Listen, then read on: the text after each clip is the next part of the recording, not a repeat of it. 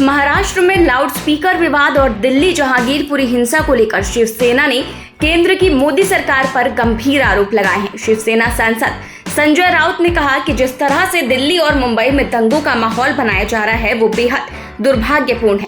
राउत ने कहा कि दिल्ली में नगर निगम चुनाव आने वाले हैं और उस चुनाव को जीतने के लिए ये सब किया जा रहा है। मुंबई में भी यही किया गया है और यहाँ लाउडस्पीकर का मुद्दा उठाया गया है।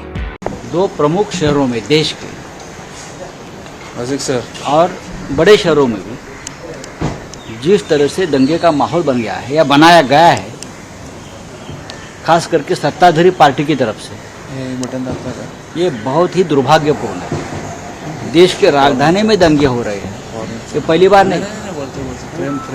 दिल्ली केंद्र शासित प्रदेश है, यूनियन टेरिटरी है। सिर्फ वहाँ आप नगर निगम के चुनाव आने वाले हैं।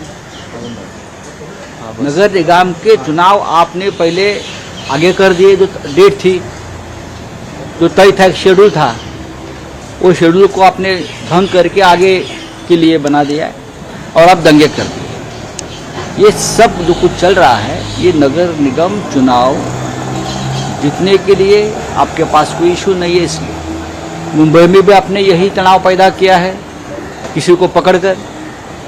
मुंबई में आपकी ताकत नहीं है तो आपने किसी को काम दिया है ये, और ये लाउड स्पीकर का मामला उठाया आप लोगों। देश के और भी बड़े बड़े शहरों में इस प्रकार से अगर आप तनाव पैदा करोगे तो देश की अर्थव्यवस्था को, जो पहले ही उद्ध्वस्त हो चुकी है कोविड काल में, लोग अभी अभी उभर रहे हैं, अभी अभी लोगों को रोजगार मिल रहा है, लोग अभी अभी काम पर जा रहे हैं, अभी अभी व्यापारी उद्योगपति का काम चल रहा है, और उसमें फिर एक बार आप राजनीतिक फायदे के लिए इस प्रकार के दंगे की राजनीति करेगी तो देश की अर्थव्यवस्था